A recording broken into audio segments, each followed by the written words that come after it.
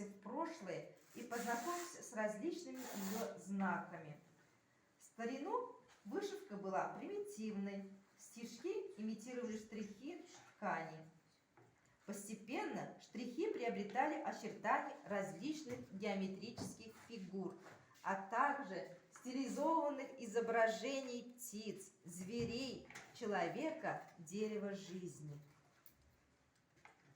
Что же является главным в изделии чувашской вышивки? Это цвет вышивки. Да? Какой у нас цвет вышивки самый главный? Красный. Красный цвет. Затем идет черный и белый. Да. А какие дополнительные цвета вышивки вы знаете еще? Желтый, зеленый, синий. Синий.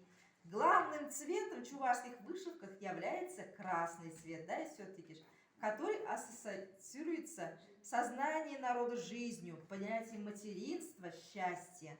Черный цвет – это цвет земли, цвет добра. Белое поле холста воспринималось как благополучие планеты, чистый воздух, здоровье. А дополнительные цвета это желтым цветом вышивали солнце, звезды и другие светила.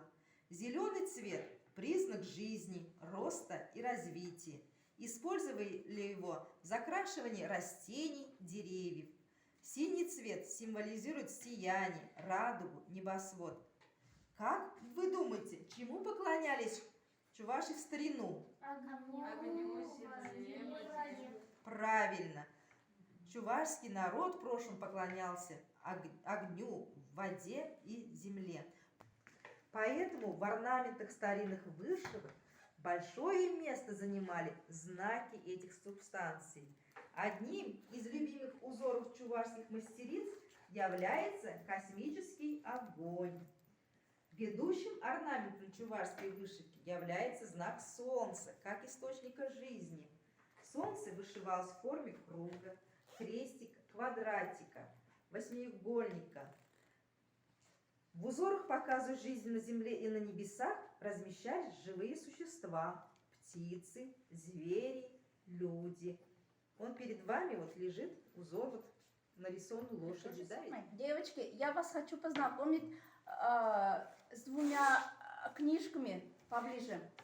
Вот здесь книга Сергеевой «Учись вышивать по-чувашски» и Евгения Жачева выпустила такую книгу «Чувашская вышивка». В этих книгах рассказывается о чувашской вышивке, как делать каждый шов. В чувашской вышивке насчитывается больше 40 видов швов. Вот тут показывается, как этот шов выглядит и как его надо выполнять. Сначала идут простые швы, потом да, и посложнее.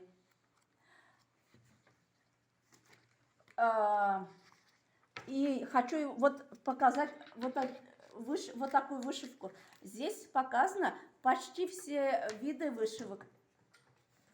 И что они означают? И что они означают. Здесь написано, какие швы, какие узоры больше использовались, какие...